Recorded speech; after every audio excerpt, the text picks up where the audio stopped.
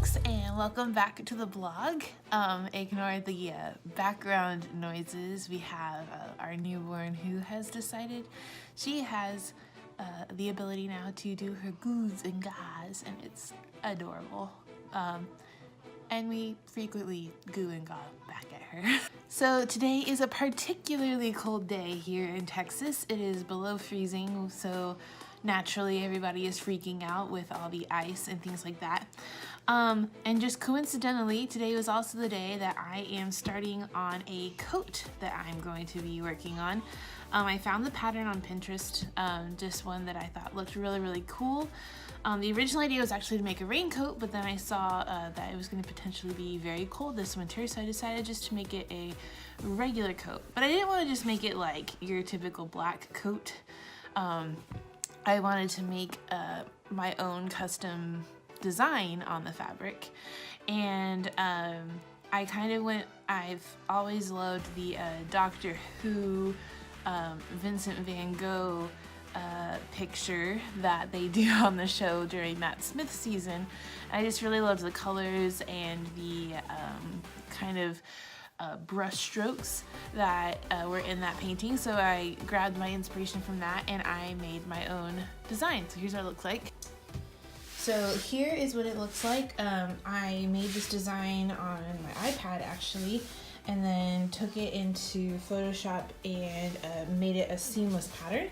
And then I went to a company called Spoonflower and actually uploaded the pattern to this, got a fabric swatch just to make sure it would turn out great, and it does. And so I ordered the amount of fabric that I needed, and now I've cut out all of my pattern pieces and we're going to get all the fabric cut today.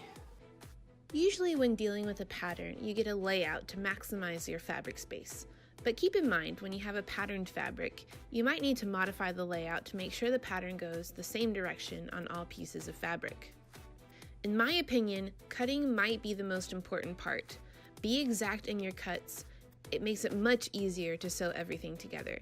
This pattern was designed for a slimmer raincoat rather than a big winter coat, so I sized up on my pattern for my measurements to make room for the bulkier materials and any other winter layers I would have on underneath. I bought the linen cotton canvas ultra for my outer shell, and then I went to Joann's and bought a faux Sherpa fur for the lining.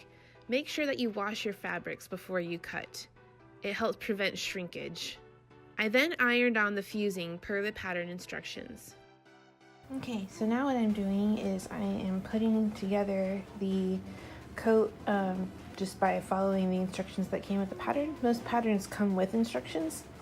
And just FYI, I do love my iPad with my Apple Pencil because I can shade in. So like as I was going through and doing all the interfacing, I was marking off which interfacing I had done and cut and applied. And then I can mark off like some things, like this says, you know, pin back sleeve head to back armhole with right sides facing, so then I could check off that I did that. And then there was a stitch that I checked that I did that. And so I can check off the multiple steps within the steps, and it helps me just stay organized in my head on what part of this project I am on. Linen has a tendency to fray, so on steps like the waistcoat casing, I opted to serge the edges before sewing them on.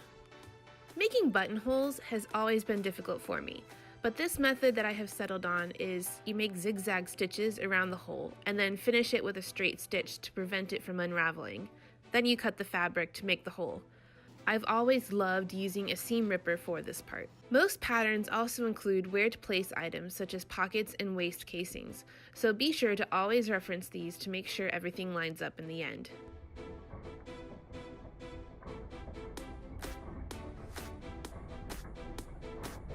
Once I put the outer shell and the inner lining together, it was time to piece the two layers together. This was a new process for me.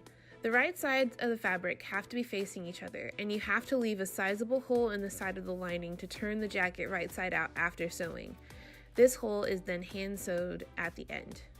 To give it a nice finish, you top stitch the hem all the way around, then you sew on the buttons. Make sure you have the foot pedal removed from your sewing machine so that the fabric stays in place and it doesn't ruin the front face of your button.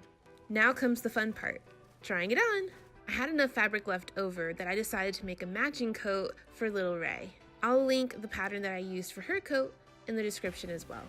Do you like your new coat? Yeah? Are you going on an adventure? Yay!